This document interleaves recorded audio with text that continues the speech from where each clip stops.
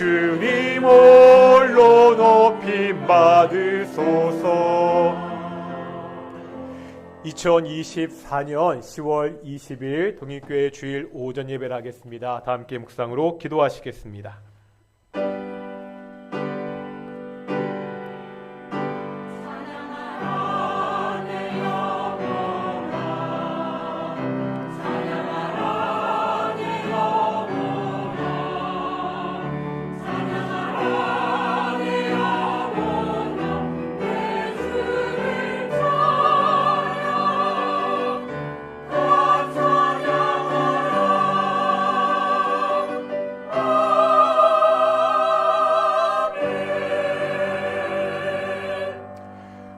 사도신경으로 우리의 신앙을 고백하겠습니다. 나는 전능하신 아버지 하나님, 천지의 창조주를 믿습니다.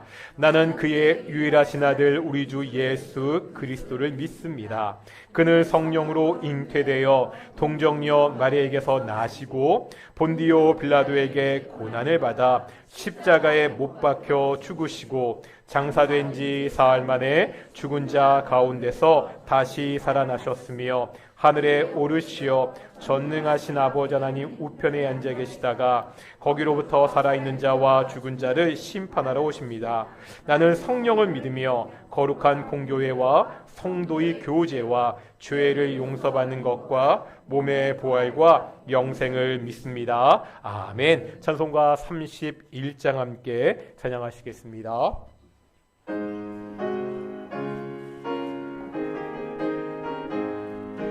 찬양하라 복되신 구세주 예수 백성들아 사랑을 전하세 경배하라 하늘의 천군과 천사 주님 앞에 영광을 돌리세 목자같이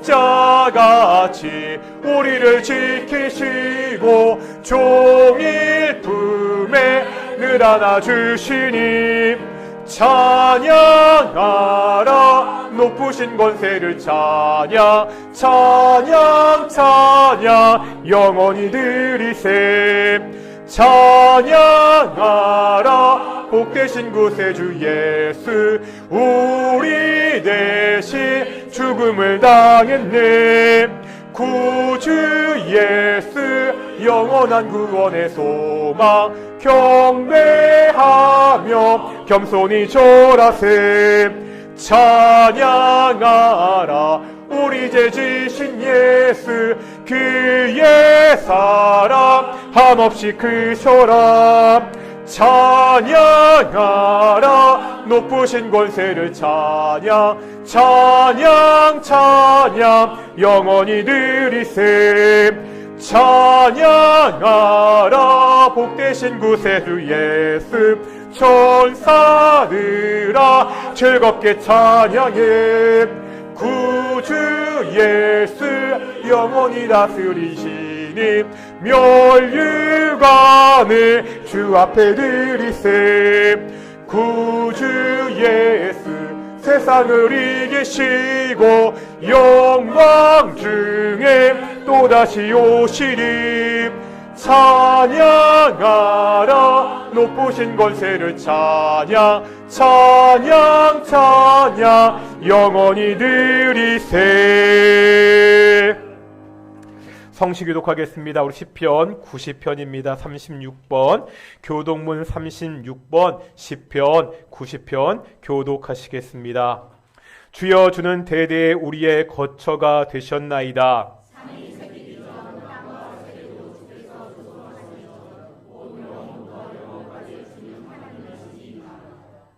주께서 사람을 티끌로 돌아가게 하시고 말씀하시기를 너희 인생들은 들어가라 하셨사오니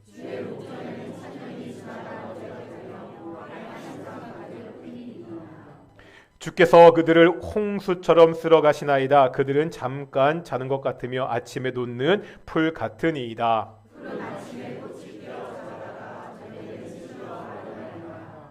우리는 주의 노에 소멸되어 주의 분내심에 놀라나이다.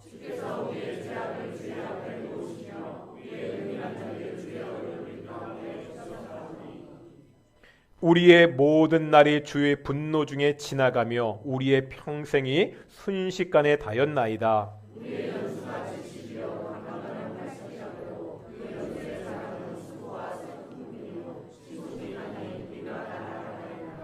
누가 주의 능력을 아며 누가 주의 진노의 두려움을 알리이까? 아멘. 자리에 앉으시겠습니다. 찬송가 369장입니다. 찬송가 369장 함께 찬양하겠습니다.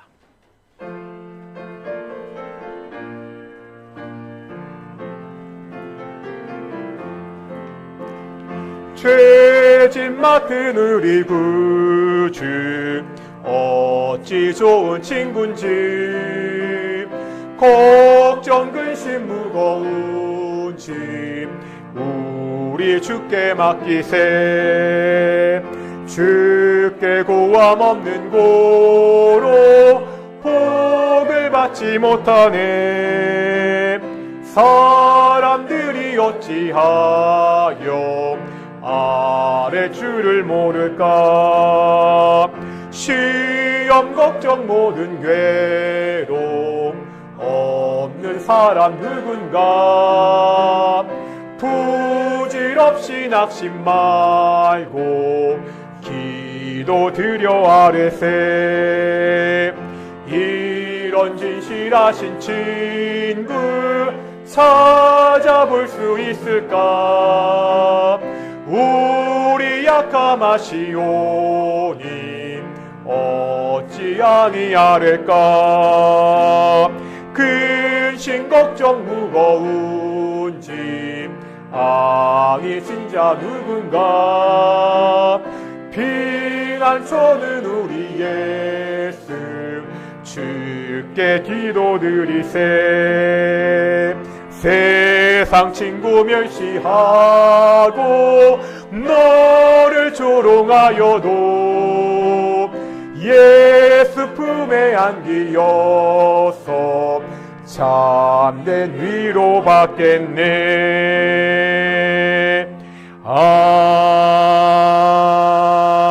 아멘. 예배를 위해서 시무 역사님 기도하시겠습니다.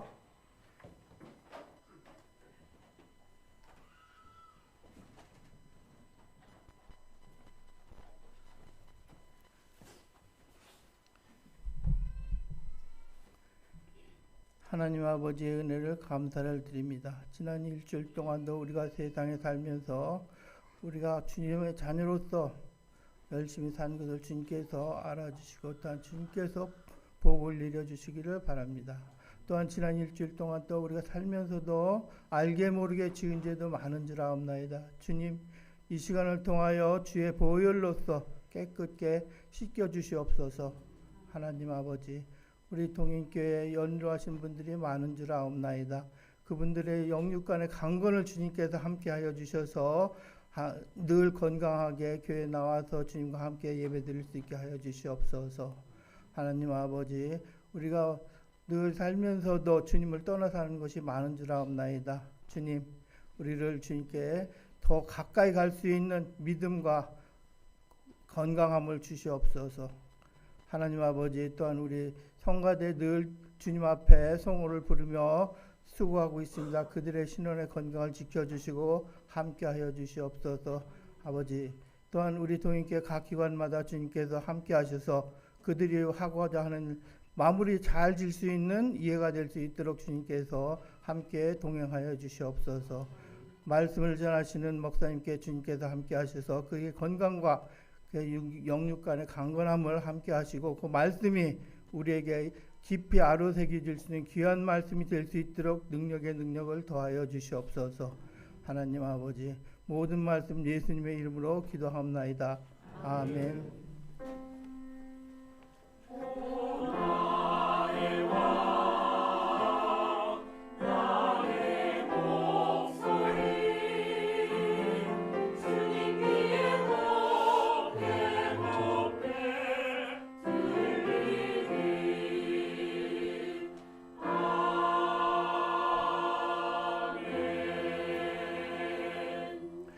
함께 말씀 보겠습니다. 출애굽기 20장 13절의 말씀입니다. 출애굽기 20장 13절의 말씀, 참 짧은 말씀인데 다 같이 한번 봉독하겠습니다. 시작. 살인하지 말라. 이 시간 갈릴리 찬양대 찬양으로 하나님께 영광 돌리시겠습니다.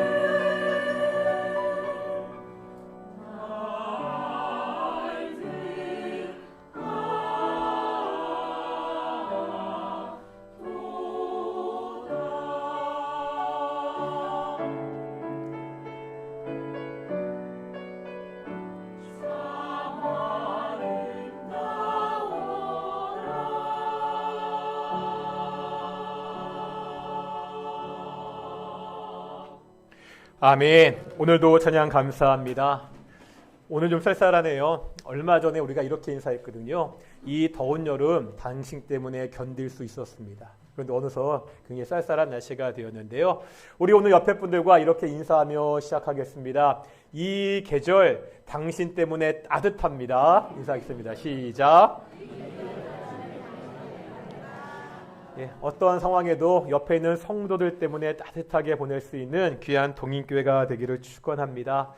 다시 한번 인사하겠습니다. 하나님이 우리와 함께 하십니다.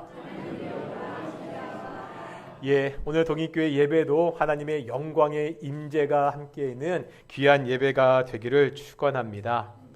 오늘도 우리가 십계명의 말씀을 보고 있습니다. 오늘 보았던 십계명, 육계명은 살인에 대한 계명이죠. 우리말로 딱 6글자입니다. 단순하게 살인하지 말라 이렇게 말씀하고 있습니다. 다른 십계명의 계명과 달리 살인이라는 것은 나와 별 관계가 없어 보입니다. 하지만 조금만 더 살펴보면 육계명은 참 고민할 것이 많은 계명인 것을 알게 됩니다. 육계명에서 살인하지 말라고 할 때 사용된 동사는 시브리어로 라차으라는 동사입니다. 이 라차라는 동사가 어떠한 의미가 있는지 성경에 나오는 용례를 통해서 한번 살펴보겠습니다. 먼저 민수기 35장 20절부터 21절인데요. 민수기 35장 20절부터 21절 읽겠습니다. 시작.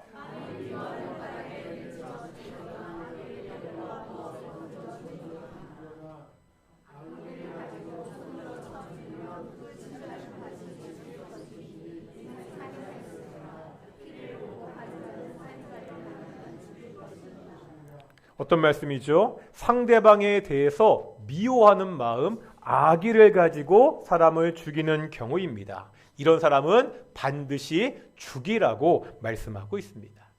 이제 한번 두 번째 볼 텐데요. 민수기 35장 22절부터 25절입니다. 다음에 나오는 22절부터 25절까지 읽겠습니다. 시작.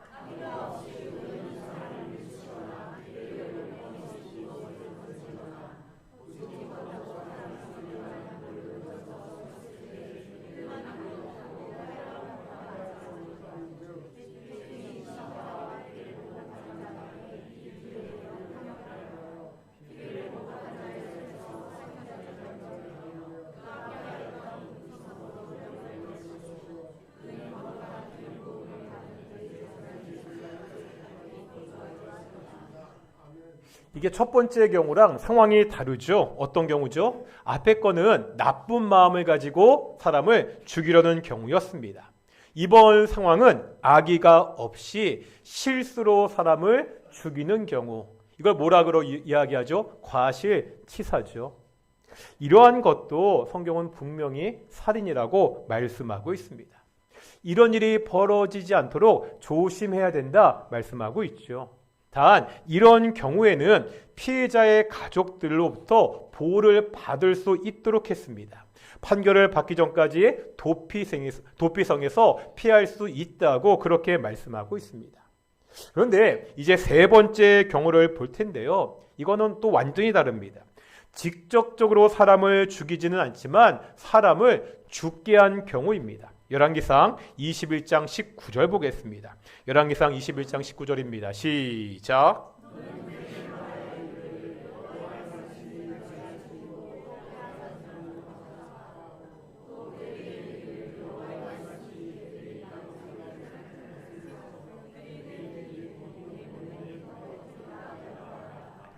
지금 이 말씀은요, 하나님께서 엘리야를 통해서 아합 왕에게 하신 말씀입니다. 어떤 상황인지 아시나요? 아합은요, 나봇의 포도원을 가지고 싶었습니다. 하지만 나봇이 포도원을 팔지 않죠. 그러자 아합의 아내 이세벨이 이를 꾸밉니다. 거짓 증인을 세워서 나봇을 사형에 처합니다. 이 아합이요, 자기 손으로 직접적으로 나봇을 죽이지 않았습니다. 하지만 자신이 가지고 있는 권력을 통해서 간접적으로 사람을 죽게 한 것도 살인이라고 성경은 분명하게 말씀하고 있습니다. 사실 독재 정권 시절 우리나라에서도 이런 경우들이 많이 있었습니다. 간첩이라고 주장을 했지요. 무고한 사람들을 법정형으로 사형에 처하기도 했습니다. 이처럼 살인하지 말라는 계명은 직접적인 살인뿐만 아니라 과실치사나 간접적으로 자신의 힘을 이용해서 다른 사람을 해하는 것도 안 된다는 것을 분명히 말씀하고 있습니다. 그런데 우리가 성경을 보다 보면 사람은 이렇게 죽이지는 않지만 사람을 죽이는 것과 똑같은 행위가 나옵니다. 바로 이것을 예수님이 말씀하셨습니다. 마태복음 5장 보겠습니다. 마태복음 5장 21절과 22절입니다. 5장 21절, 22절 읽겠습니다. 시작.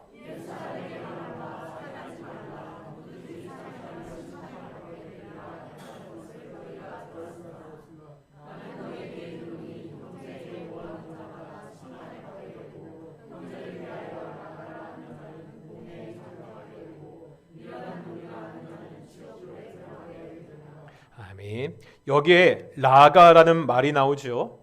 이 말은 무가치하다, 비어있다 이런 뜻을 가지고 있습니다. 우리식으로 이야기하면 골빈 놈 이런 식의 표현입니다.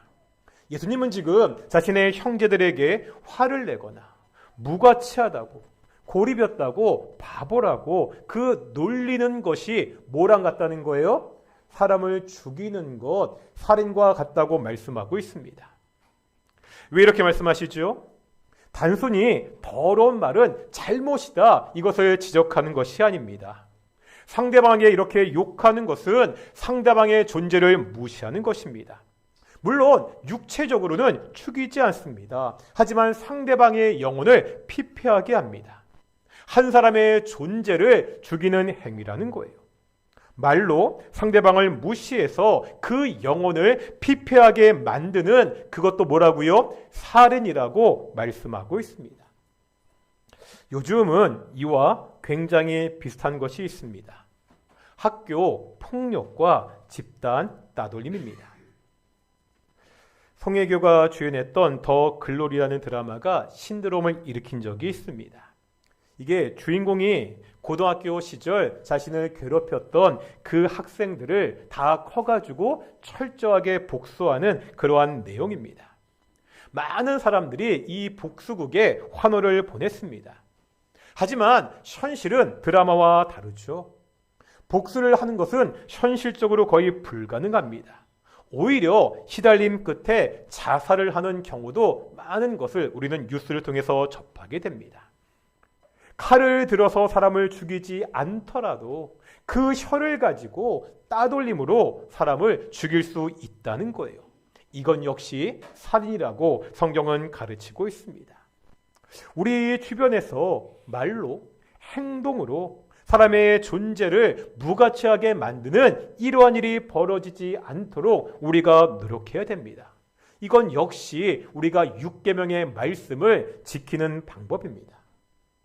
그러면 이제 근본적인 질문을 한번 해보겠습니다. 왜 사람을 죽여서는 안 되죠? 1993년도에 나온 얼라이브라는 영화가 있습니다. 이게 포스터가 이렇게 생겼는데 혹시 보신 분들이 있는지 모르겠습니다. 1972년 안데스 산맥에서 실제로 일어난 비행기의 사고가 배경입니다. 이 사고로 칠레로 가던 럭비팀과 그 가족, 친구들이 이 산맥에 고립되었다가 나중에 구조가 됩니다. 이때 이 구조가 빠르게 이루어지지 않았습니다. 그러다 보니까 어떤 문제가 생겨요? 먹을 것이 떨어지게 됩니다. 이 상황에서 남아있는 사람들이 한 가지 결정을 하게 됩니다. 이미 죽은 사람의 인육을 먹게 됩니다. 끝내 인육 먹는 것을 거부하고 그냥 굶어서 죽은 사람들도 있었습니다. 어떻습니까? 만약 내가 이런 상황이라면 인육을 먹고 살아남았겠습니까? 끝까지 인육을 먹지 않고 굶어 죽었겠습니까? 쉽지 않은 결정이죠. 이 사람들이요, 멀쩡하게 살아있는 사람을 죽여가지고 그 인육을 먹지 않았습니다. 이미 죽은 사람들입니다. 그렇더라도 인육을 먹는 것은 쉬운 일이 아닙니다. 만약에 이 비행기에 소나 양과 같은 동물들이 있었고요, 그 죽은 시체를 먹는 경우라면은 별로 거부감이 없었을 겁니다. 왜 우리는 사람과 동물을 이렇게 구별합니까? 최근에 동물 윤리에 대한 목소리가 높아지고 있습니다. 그래서 사람과 동물이 동등한 존재라고 주장하는 사람들이 있습니다. 진화론에서 보면 사람도 단지 좀 더 진화가 된 동물이기 때문입니다. 그렇습니까? 그렇다면 이런 경우는 어떻죠? 내가 집을 가고 있는데 물에 사람과 고양이가 빠져 있습니다. 빨리 구하지 않으면 물에 빠져 죽습니다. 시간상 둘 중에 하나만 구할 수 있습니다. 그러면 우리는 사람을 구해야 됩니까? 고양이를 구해야 됩니까? 아니, 이때 내가 사람을 구할지 고양이를 구할지 고민하지 않습니다. 사람과 고양이 중에 누구를 구해야 되는지 동전 던지기를 통해서 우리가 결정하지 않습니다. 그냥 당연히 사람을 먼저 구합니다. 왜 그렇죠? 사람은 동물과 다르기 때문입니다. 사람은 동물보다 우월합니다. 이게요, 생물학적으로 뭐 뛰어나서 이런 것이 아닙니다. 이유가 뭐죠? 창세기 9장 6절 보겠습니다. 창세기 9장 6절입니다. 읽겠습니다. 시작.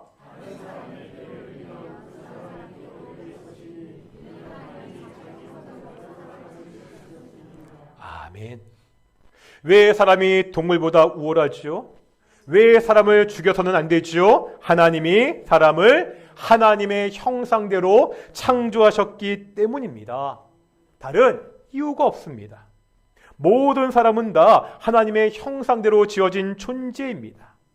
이것은요, 그 사람이 얼마나 높은 지위에 있는지, 얼마나 돈이 많은지, 얼마나 많이 배웠는지와 전혀 상관이 없습니다. 사람이면 그 존재 자체로 존중을 받아야 됩니다. 모든 사람은 다 하나님의 형상대로 지음을 받았기 때문입니다. 그러기에 힘이 없다는 이유로 다른 사람을 함부로 대하거나 학대하지 말아야 됩니다. 돈이 없다는 이유로, 배우지 못했다는 이유로 다른 사람을 무시하지 말아야 됩니다. 이런 행위들은 모두 다 하나님의 형상대로 지어진 그 존재를 죽이는 행위라는 거예요. 우리가 다른 사람들을 하나님의 형상으로 가장 소중하고 중요하게 그렇게 대해야 됩니다. 이건 역시 오늘날 우리가 6계명의 말씀을 지키는 한 가지 방법입니다. 이제 이 6계명을 좀 더 확대해서 생각해 보겠습니다. 먼저 자살의 문제입니다. 자살. 우리나라가 OECD 국가 중에 자살률이 압도적으로 높다는 뉴스를 자주 접하죠. 평균 2배가 더 높다고 이야기합니다. 자살을 이야기할 때 분명하게 할 것이 있습니다. 자살은 죄입니다. 이유가 뭐죠? 사람에게 생명을 주신 분은 하나님이십니다. 내 생명이라고 그냥 내 것이 아닙니다. 그러기에 자살을 하는 것은 분명하게 6계명을 어기는 일입니다. 그런데 일부 보면 자살을 하면 지옥에 간다고 주장을 하는 분들이 있습니다. 그렇습니까?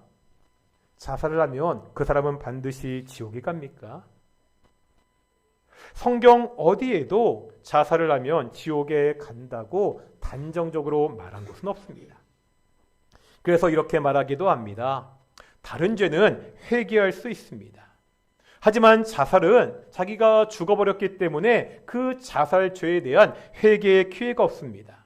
그러기에 지옥에 간다고 그렇게 주장합니다.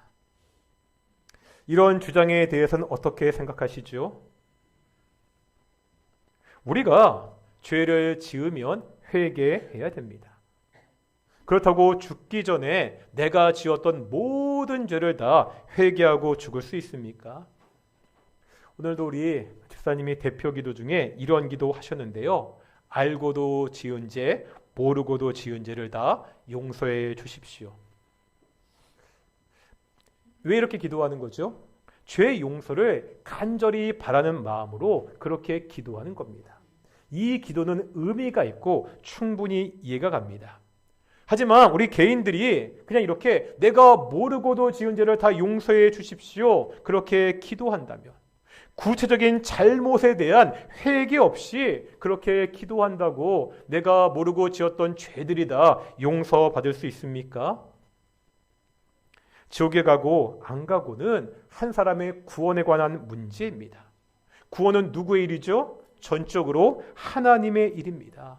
우리가 이 하나님의 판단을 함부로 대신해서는 안 된다는 거예요. 다시 한번 말씀드립니다. 자살은 죄가 분명합니다. 이 죄를 짓지 않아야 됩니다. 또한 동시에 주변의 사람들이 이런 죄를 짓지 않도록 우리가 노력해야 된다는 거예요. 자살의 원인은 여러 가지가 있습니다. 최근에 보면 우울증으로 자살을 하는 사람들도 많습니다. 교회가 몸이 불편한 사람에 대해서 관심을 쏟는 것처럼 이 정신의 문제로 어려움을 겪는 사람들에게도 관심을 가져야 됩니다. 또 사람들이 왜 자살하죠? 생활고 때문에 자살했다는 뉴스들 많이 듣잖아요. 정말 먹을 것이 없고 살 수가 없어서 일가족이 동반 자살했다는 그러한 뉴스를 여전히 우리가 볼 수가 있습니다. 정말 먹고 사는 것이 막막해서 죽음을 선택하는 사람들이 여전히 우리 사회에는 있다는 겁니다. 자살이 죄라고 지적하는 것으로 그쳐서는 안 됩니다. 그런 사람들이 극단적인 선택을 하지 않을 수 있도록 사회가, 교회가 도와야 됩니다. 두 번째 문제를 보겠습니다. 두 번째는요, 낙태입니다. 혹시 우리나라에서 얼마나 많은 낙태가 해마다 이루어지신지 아십니까? 합법적으로요, 그러니까 법이 허용하는 범위에서 약 3,000건 정도의 낙태 수술이 이루어진다고 합니다. 하지만 불법적으로 이루어지는 낙태 수술은 훨씬 많아서 3만 건이 넘을 것이라고 그렇게 추정하고 있습니다. 태아가 아직 어머니의 뱃속에 있더라도 단순히 태아는 어머니의 몸의 일부가 아닙니다. 독립적인 인격체입니다. 시편 139편에 보면 주께서 내 내장을 지으시며 나를 모태에서 만드셨나이다. 이미 뱃속에 있는 그 아이도 하나님이 만드셨다고 분명히 고백하고 있습니다. 그래서 이 말씀에 따라 개신교나 카톨릭이나 모두 수정한 다음에는 그 태아를 하나님의 완전한 인격체로 인정합니다. 그러기에 낙태를 하는 건 역시 6계명을 어기는 살인죄입니다. 그런데 현실적으로 보면 이렇게 단정적으로 말하기, 참 판단하기 어려운 상황들도 있습니다. 예를 들어서 산모의 건강이 심각하게 안 좋을 때입니다. 뭐 그런 경우 있잖아요. 계속해서 산모가 임신한 상태로 있으면 그 생명이 위태로운 경우들이 있습니다. 이럴 경우 결정하기가 쉽지 않습니다. 산모의 목숨도 소중하고 태아의 목숨도 소중하기 때문입니다. 하지만 이런 심각한 건강상의 문제보다는 이런저런 상황 때문에 낙태를 하는 경우가 훨씬 많이 있습니다. 흔히 하룻밤 실수로 임신을 했다, 이런 말들을 하잖아요. 나이도 어리고 도저히 아이를 키울 형편이 되지 않아 낙태를 선택하는 경우도 있습니다. 또 요즘은 초음파 검사를 통해서 그 태어날 아기가 장애가 있는지 없는지를 미리 알 수 있습니다. 장애를 가진 아이를 키우는 것도 힘들고 장애를 가지고 사는 것, 그것도 참 힘들 테니까 낙태를 한다, 이런 경우들도 있습니다. 또 있습니다. 성폭행을 당해서 임신을 하는 경우도 있습니다. 심각한 것은 이 성폭행이 심지어 아버지와 같은 근친에 의해서 이루어지기도 합니다. 이런 뉴스들 보셨잖아요. 그래서 이런 경우에 낙태를 선택하기도 합니다. 사실 다 쉽지 않은 상황입니다. 정말 어렵지요. 하지만 태아 역시 하나님이 주신 하나의 독립적인 인격체라고 생각한다면 낙태를 해서는 안 됩니다. 아니, 내가 실수했다고 다른 생명을 죽일 수 없습니다. 몸에 장애가 있다고 그 사람을 죽이는 것도 말이 안 되잖아요. 성폭행을 당한 것은요, 정말 견디기 힘들고 정말 끔찍한 일입니다. 하지만 그것이 뱃속에 있는 태아에게 책임이 있는 것은 아닙니다. 낙태는 죄가 분명합니다. 그런데 여기서 멈춰서 안 됩니다.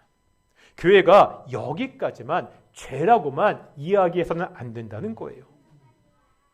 낙태를 하지 않도록 여건을 만들고 도울 수 있어야 됩니다.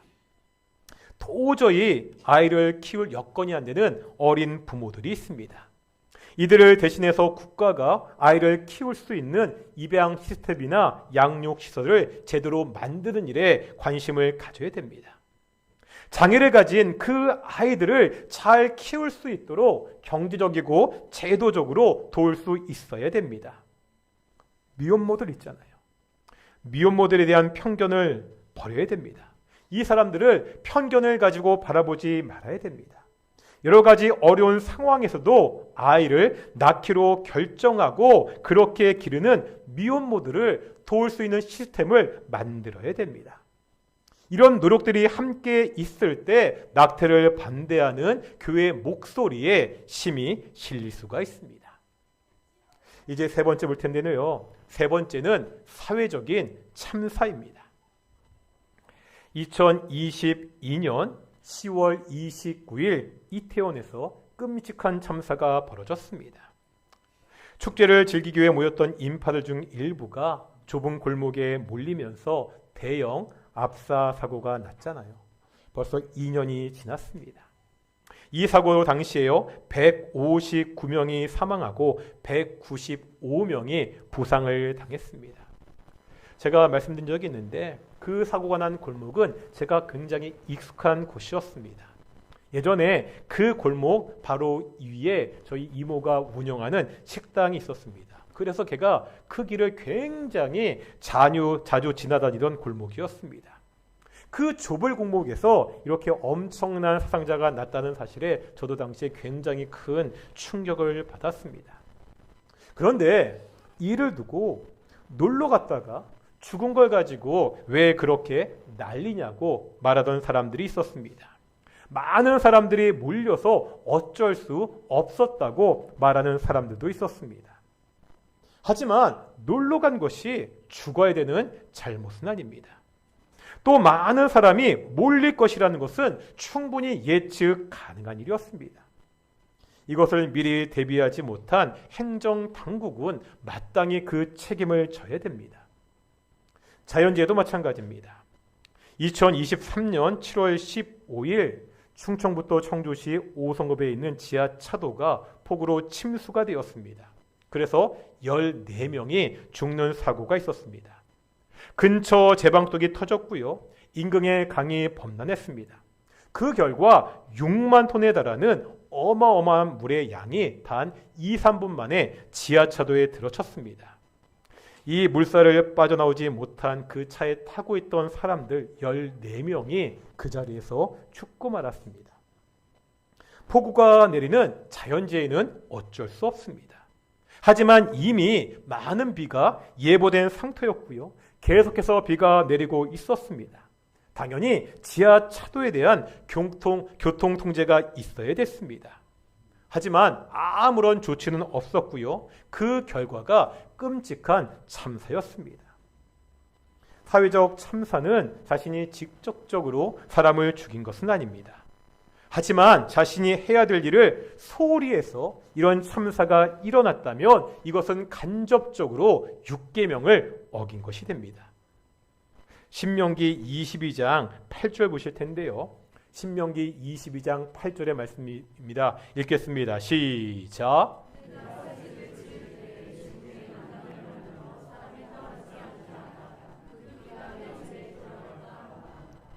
구약의 율법서에는 굉장히 다양한 말씀들이 있습니다. 뭐죠? 네가 새 집을 지을 텐데 그 지붕에 뭐를 만들라고? 난간을 만들라고.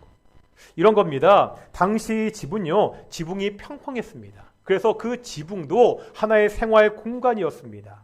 그러기에 지붕에서 떨어지는 사고를 방지하기 위해서 반드시 난간을 만들라고 말씀하고 있습니다. 네가 난간을 만들지 않아서 사람이 떨어져 죽게 되면 그 피해에 대한 책임이 그 집 주인에게 있다고 성경은 말씀하고 있습니다. 그동안 끔찍한 대형 사고들은 계속해서 있었습니다. 기억나시나요? 삼풍 백화점이 붕괴되었고요. 성수대교가 무너졌습니다. 아직 인생의 싹도 제대로 피워보지 못한 수많은 학생들이 죽어간 세월호 사건도 있었습니다. 이런 대형 사고가 벌어질 때마다 수많은 대책들을 말하지만 그 순간뿐이고 지속되지 못했습니다. 그 결과 많은 사람들의 생명을 앗아가는 대형 참사들이 반복해서 계속되고 있습니다. 이런 대형 참사가 있을 때 철저하게 진상을 규명해야 됩니다. 책임 있는 사람들은 그 잘못에 대한 벌을 받게 해야 됩니다. 진상 규명과 책임자 처벌이 유야무야되니까 계속 이런 사고들이 반복되고 있습니다. 정말로 사람의 생명을 안전하게 지키는 그러한 사회를 만드는 것도 교회가 관심을 가지고 애써야 되는 부분이라는 겁니다. 이제 마지막 네 번째, 전쟁을 보겠습니다. 사람이 단시간에 가장 많이 죽는 경우는 전쟁입니다. 우리나라는요, 이 전쟁에 민감하지요. 분단 국가이기 때문입니다. 지금 우리나라는 종전이 아니라 어떤 상태라고요? 휴전 상태입니다. 그러다 보니까 요즘도 심심치 않게 북한에 대해서 선제 공격을 해야 된다느니 북한과의 전쟁을 해야 된다고 입에 올리는 사람들이 있습니다. 우리가 북한의 도발을 막기 위해서 정말 노력해야 됩니다. 전쟁 억지를 위해서 더욱더 국방력을 튼튼하게 만들어야 됩니다. 하지만 전쟁이라는 것은 한번 해볼까 이렇게 말해서는 안 되는 엄청난 비극입니다. 이 땅에는 한국 전쟁이라는 참혹한 비극이 이미 있었습니다. 공식적인 기록에 보면 이 한국 전쟁으로 사망한 사람이 137만 4,195명이라고 이야기합니다. 이 가운데 민간인 사망자가 50만 명이 넘습니다. 이것은 그냥 말씀드린 대로 공식적인 집계입니다. 이외에 얼마나 많은 사람들이 죽었는지 확인할 길이 없습니다. 전쟁이 끔찍한 것은 단순히요, 많은 사람이 죽기 때문이 아닙니다. 전쟁이라는 상황은 평범한 사람들의 인간성도 파멸시킵니다. 미국과 이라크 전쟁 당시 일부 미국 군인들에 대한 시사 프로그램에 고발이 있었습니다. 이라크 군 포로 수용소 아부 그라브에서 벌어진 일이었습니다. 당시에 미국 헌병들 일부가 포로들에게 신체적이고 성적인 학대를 하고 강간을 자행했습니다. 이 사람들은 자신들의 행동을 자랑하고 오히려 그것을 카메라로 찍었습니다. 그 사진이 이게 유출된 거예요. 그 사진에 보면 고통받는 포로의 모습과 그것을 아무렇지도 않고 즐기는 미국 병사들의 모습이 있었습니다. 사진 한번 보여주시겠어요? 제가 밑에 거는 모자이크 처리했는데 죽은 이라크 그 포로 시체가 있고요. 그 위에서 해맑게 웃으면서 사진을 찍고 있습니다. 이거 외에도 굉장히 사진들이 많은데 너무 끔찍한 사진들이 많아가지고 이렇게 올리지는 못하고요. 해맑게 웃고 있잖아요. 이 병사들이요, 보통 사람들보다 특별히 악했던 사이코패스가 아니었습니다. 사진 치워주시고요. 저런 사진 오래 볼 거 아니니까. 이 고문을 자행했던 병사들, 그 지인들의 말에 따르면 이 전쟁에 참가하기 전에 이 사람들은 그냥 우리 주변에서 흔히 볼 수 있는 평범한 청년들이었습니다. 그런데 전쟁이라는 이 극단적인 상황이 평범한 청년들을 악의 화신으로 만들고 말았습니다. 다른 나라가 우리나라를 침략할 때 그에 맞서 전쟁을 하는 것을 우리가 잘못이라 할 수 없습니다. 우리가 안중근 의사를 테러리스트나 살인자라고 말하지 않잖아요. 조선을 침략한 일제에 대한 정당한 방어행위였기 때문입니다. 하지만 오늘날 현재 벌어지고 있는 대부분의 전쟁은 정당한 명분이 없습니다. 몇몇 국가나 권력자들의 정치적인 이익을 위해서 벌어지는 것이 현실입니다. 정작 이렇게 전쟁을 벌인 자들은요, 전쟁이 끝나고도 별 처벌받지 않습니다. 무고한 군인들과 민간인들만 희생을 할 뿐입니다. 명분이 없는 전쟁을 반대한다는 것이 그냥 손 놓고 평화를 외치자 이런 이야기가 아닙니다. 우리가 전쟁을 억제하기 위해서라도 역설적으로 우리나라의 군사력, 국방력을 더욱더 튼튼하게 해야 됩니다. 이런 노력과 더불어서 외교 등을 통해서 이 나라에 전쟁이 일어나지 않도록 노력해야 됩니다. 또한 정당하지 않게 벌어지고 있는 국제사회의 전쟁에 반대하는 목소리도 지속적으로 낼 수 있어야 됩니다. 이것이 오늘 6계명을 지키는 또 다른 방법입니다. 처음에 말씀드렸듯이 살인하지 말라는 말씀은 직접적으로 나와는 별 상관이 없어 보입니다. 우리가 사람을 칼을 들어 죽일 일이 없잖아요. 하지만 우리 주변에서 벌어지는 많은 일들이 이 6계명과 다 관련이 있습니다. 나 한 사람 살인하지 말라는 계명을 지키는 것을 넘어 이 사회가 이 계명을 지킬 수 있도록 감시할 책임이 우리에게 있습니다. 소외받고 힘들어하는 이웃을 돌아보고 돌봐야 됩니다. 그 이웃들이 스스로 목숨을 끊는 일이 없도록 해야 됩니다. 이건 역시 오늘날 교회가 6계명을 지키는 하나의 방법입니다. 소극적으로 살인하지 않는 것을 넘어 적극적으로 이 하나님의 말씀이 실현될 수 있는 그 사회를 만들어갈 책임이 오늘 우리 성도들에게 있습니다. 또 이 6계명은 한 가지 우리에게 가르쳐주고 있습니다. 우리 한 사람 한 사람이 내 옆에 있는 그 한 사람 한 사람이 하나님 앞에서 얼마나 소중하고 귀중한 존재인지 가르쳐주고 있습니다. 왜 그렇지요? 하나님의 형상대로 창조되었기 때문입니다. 나는 하나님의 형상대로 창조된 소중한 사람입니다. 그러기에 내 목숨, 내 생명을 귀하게 여겨야 됩니다. 내 옆에 있는 그 사람도 역시 하나님의 형상대로 창조된 가장 소중하고 중요한 사람입니다.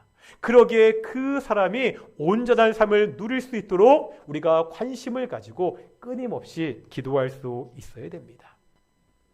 처음에도 인사했는데 다시 한번 옆에 분들한테 이렇게 인사해 볼까요?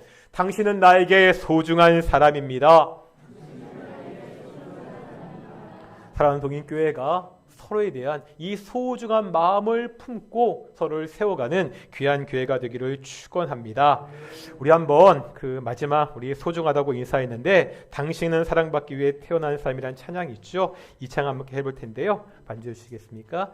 우리 한번 손을 들고 앞에 사람들도 축복하고 우리 주인분들 축복하면서 함께 찬양하겠습니다. 당신은 사랑받기 위해 태어난 사람, 당신의 삶 속에서 그 사랑받고 당신은 사랑받기 위해 당신은 사랑받기 위해 태어난 사람, 당신의 삶 속에서 그 사랑받고 있지요. 태초부터 시작된 하나님의 사랑은 우리의 만남을 통해 열매를 맺고 당신이 이 세상에 존재함으로 인해 우리에게 얼마나 큰 기쁨이 되는지. 당신을 사랑받기 위해 태어난 사람, 지금도 그 사랑 받고 있지요. 당신을 사랑받기 위해 태어난 사람, 지금도 이제 찬양 거의 익숙하시고 가사들도 좀 익숙하시죠? 제가 가사를 불러드릴 테니까요. 이제 가급적이면 옆에 분 한번 모시고 앞에 분들 한번 서로 인사하시고 서로 발음 축복하겠습니다. 당신은 사랑받기 태어난 사람, 당신의 삶 속에서 당신의 삶, 그 사랑 받고 있지요. 그 사랑 받고 당신은 사랑받기 위해 태어난 사람, 당신은 사랑받기 위해 당신의 삶 속에서 그 사랑받고 태초부터 시작된 하나님의 사랑은 태초부터 시작된 하나님, 우리의 만남을 통해 우리의 만남 열매를 맺고, 열매를 당신이 이 세상에 존재함으로 인해, 당신이 이 세상에 존재함, 우리에게 얼마나 큰 기쁨이 되는지, 우리에게 얼마나 큰 기쁨. 당신을 사랑받기 위해 태어난 사람, 옆에 부분을 보면서 당신을 사랑받기 위해 태어난 사람, 지금도 그 사랑 받고 있지요. 당신을 사랑받기 위해 태어난 사람, 지금도 그 사랑 받고 있지요. 10계명 6계명은 우리에게 우리의 생명이, 내 자신이, 우리 옆에 있는 이웃들이 얼마나 소중하고 중요한 존재라는 것을 가르치고 있습니다. 우리가 칼을 들어 사람을 죽일 일은 없습니다. 하지만 이 땅에 소외받고 어려운 사람들을 외면한다면, 우리가 다른 사람들을 무가치하다고 그렇게 무시한다면 역시 이 6계명을 어기는 사람들입니다. 우리가 오늘 정말 나 자신뿐만 아니라 우리 옆에 있는 그 사람들을, 이웃들을 소중하며 살겠다고 결단하고 기도하는 그런 시간 되기를 소망합니다. 이 대한민국 사회가 정말 한 사람 한 사람의 생명을 소중하게 여기는 그런 사회가 될 수 있도록 우리 함께 기도하기를 소망합니다. 함께 기도하시겠습니다. 거룩하고 존귀하신 아버지 하나님, 감사드립니다. 오늘도 우리가 주께 나와서 이렇게 예배한 말씀 듣게 하심을 감사드립니다. 아버지 하나님, 이 말씀을 통해서 나 한 사람뿐만 아니라 우리 이웃에, 내 옆에 있는 그 사람이 얼마나 소중한 존재인지 다시 한번 아는 자 될 수 있도록 인도하여 주시옵소서. 모든 사람들이 하나님의 형상대로 창조된 귀중한 사람들입니다. 모든 사람들 앞에서 가장 소중한 사람들입니다. 이 사실을 잊지 않도록 하여 주시옵시고, 아버지 하나님, 우리가 다른 사람들을 소중하고 중요하게 여기는 그런 삶을 살 수 있도록 인도하여 주시옵소서. 그렇기 때문에 우리가 우리 주변에 약한 사람들, 연약한 사람들, 지치고 힘들어하는 사람들 도울 수 있는 자들 될 수 있도록 인도하여 주시옵소서. 이 대한민국 사회가 한 사람 한 사람의 그 생명을 소중하게 여기는 그런 사회가 될 수 있도록 인도하시고 주께서 함께하여 주시옵소서. 이 대한민국 사회를 통하여서 정말로 생명이 더욱더 존중받는 사회, 그로 말미암아 정말 자살을 하는 일들이 벌어지지 않는 그런 사회가 될 수 있도록 인도하여 주시옵시고, 사람의 생명이 전부 다 무가치하게 지급받는 그러한 일이 이 천민차본주의 악한 악습들 옆에서 이루어지는 그런 나라가 될 수 있도록 인도하시고 주께서 축복하여 주시옵소서. 우리가 계속해서 기도할 텐데요, 제가 이번 주 중에도 우리 조은영 집사님과 통화했습니다. 거의 지금 2년째 항암 치료 받고 계시잖아요. 통화를 하는데도 얼마 전에 또 굉장히 몸이 안 좋아지셔가지고 이게 또 병원에 일주일 입원하시면서 특별히 치료를 받았다고 하시더라고요. 우리 조은영 집사님 혼자 계시는데 외롭지 않게 그 항암 치료 잘 받고 이겨낼 수 있도록 기도해 주시고요. 우리 계속 기도하듯이 우리 어르신들 계속해서 몸이 불편해서 교회 나오지 못하시는 가운데 있는데, 우리 어르신들 그 건강을 주께서 부르신 데까지 하나님께서 지켜달라고 우리 함께 기도하기를 소망합니다. 함께 기도하겠습니다. 아버지 하나님, 하나님의 사랑하는 딸 조은영 집사님으로 기도하기를 소망합니다. 지금 2년 이상 계속해서 항암 치료를 받고 있습니다. 유형의 항암 치료받고 그 힘든 시간을 견디고 있는데 하나님 주께서 치료하여 주십시오. 주께서 고쳐주십시오. 우리가 오랫동안 하나님의 이름을 부르며 그 하나님의 사랑한 딸 위해서 열심히 기도하고 있습니다. 하나님 지치지 않도록 하나님 회복돼서 그 하나님의 은혜와 영광을 간증할 수 있도록 그 모든 암을 고쳐주시옵소서. 그 몸의 암세포들이 완전히 사라지게 하여 주시옵시고, 아버지 하나님 건강한 몸으로 함께 교회 나와 함께 교제하며 예배할 수 있는 귀한 하나님 딸 될 수 있도록 인도하여 주시옵소서.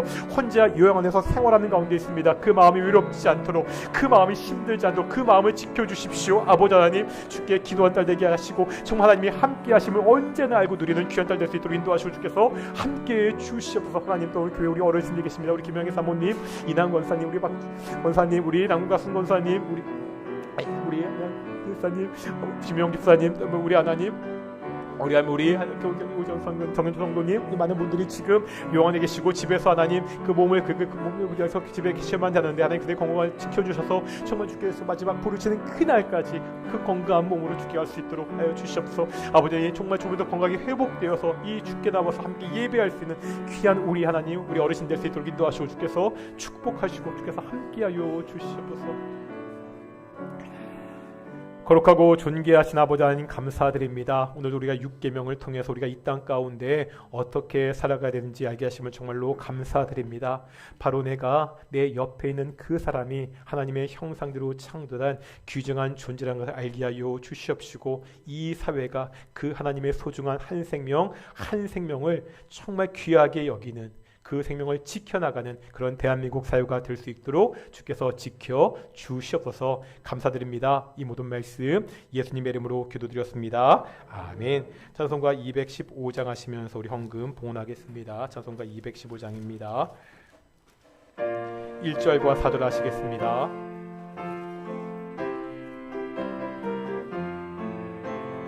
내 죄 속해 주신 주께 힘과 정성 다하니 나의 돈과 언행 심사 주를 위한 것일세. 내게 있는 모든 것을 주를 위해 바치리. 내게 있는 모든 것을 주를 위해 바치리. 신기하고 놀라워라 영광스러운 왕의 왕. 나를 친구 삼아 주사 편히 쉬게 하시네. 주의 날개 보호 아래 영원한 식 얻겠네. 주의 날개 보호 아래 영원한 식 얻겠네.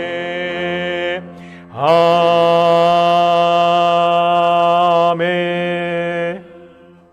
하나님 감사드립니다. 이 복된 날 주일날 우리가 하나님께 나와 그 영광의 존전에 나와 하나님께 예배케 하심을 정말로 감사드립니다. 우리가 매일매일 살아가면서 하나님의 자녀로 이 땅 가운데 하나님이 공급하신 것으로 살게 하심을 정말로 감사드립니다. 이 감사의 마음을 담아 우리에게 모든 것을 주신 분이 하나님이시기 때문에 이 신앙 고백을 담아 작은 것을 주께 돌려드립니다. 하나님, 이 예물이 쓰일 때마다 오직 하나님의 영광이 드러날 수 있도록 주께서 함께 주시옵소서. 감사드립니다. 이 모든 말씀 예수님의 이름으로 기도드렸습니다.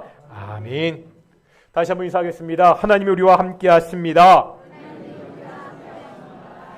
계속해서 우리 찬양대원을 모집하고 있습니다. 우리 함께 하실 분들은 우리 김경자 권사님께 말씀해 주시고요. 오늘 오후 예배가 끝나고서는 정기당회가 있습니다. 그리고 매주 수요일마다 계속해서 말씀드리듯이 우리가 구약의 말씀들을 차근차근 공부하고 있습니다. 이 구약의 말씀들을 배우는 시간 우리가 은혜 가운데 잘 배울 수 있도록 많은 분 참여하셨으면 좋겠고요.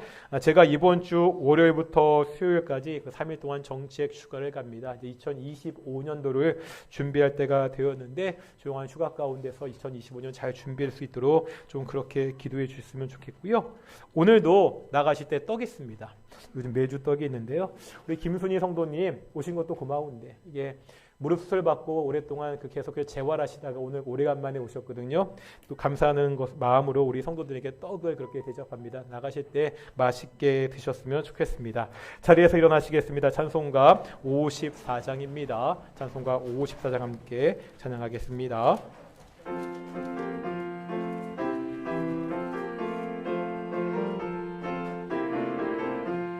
주여 복을 구하오니 편히 가게 하시고 사람마다 주내로 이기도록 하시고 광야 같은 세상에서 항상 인도하소서. 주의 복된 말씀 듣고 무한 감사합니다. 구원받은 주의 성도 열매 맺게 하시며 하나님이 우리 함께 항상 계시옵소서.